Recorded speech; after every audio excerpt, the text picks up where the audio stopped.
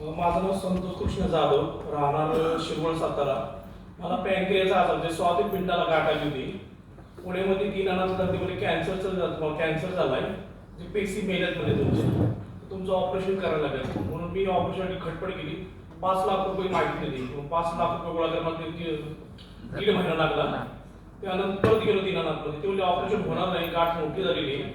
Operation करता तुम्हाला जीवाला धोका लागेल, तर तुम्हाला केमो करावं लागेल, केमोथेरपी. मग मी 6 केमोथेरपी केली, तर पोट टाकी शाळे केले.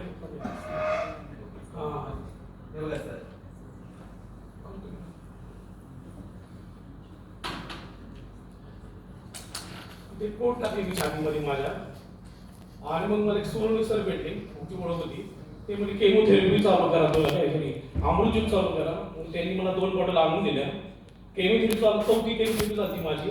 मग त्यांनी बॉटल आणून दिली आणि मला फरक पडला. माझं पोट केमोथेरपीचं पोटात दुखायचं, माझ्या अन्न पचन क्रिया होत नव्हती, अन्न अडथळा निर्माण होतो तेव्हा. आणि केमोथेरपीला अन्न जात नाही, डोक्याची केस गेली माझे, टक्कल जातात पूर्ण माझ्या. पण केमोथेरपी अमृतज्यूस चालू केलं की मला जेवणही जायला लागलं, झोप चांगली आली, चिडचिडपणा कमी झाला. आणि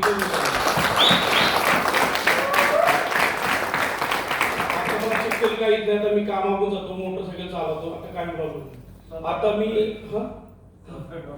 मी पोल्ट्रीचा डॉक्टर आहे व्हेटरनरी, तरी मला हा प्रॉब्लेम झाला होता. काही व्यसन नसतं करता. आता म्हणतं कॅन्सर झाला. मी हैदराबादला सुद्धा गेलो, 5-6 लाख रुपये खर्च केले.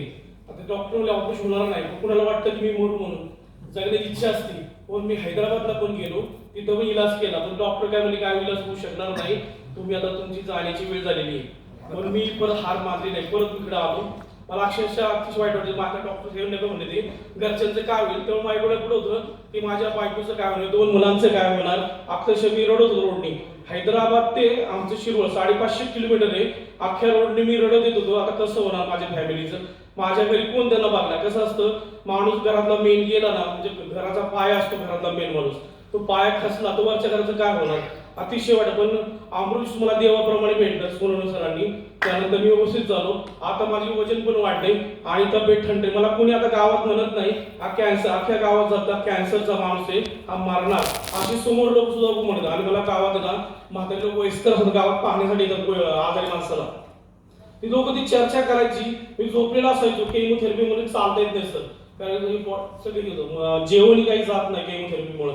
हालचाल, चक्कर येते, मळमळणं, असं उलट्या होत्या. केमोथेरपीमध्ये जेवण काही जात नाही सर. आता मी एकदम ठणठणीत आहे. गावात मला कुणीच म्हणत नाही आता. ती सगळी विचार तुला काय झालं, आता तू झाला कसा, केस तुला कशी आली.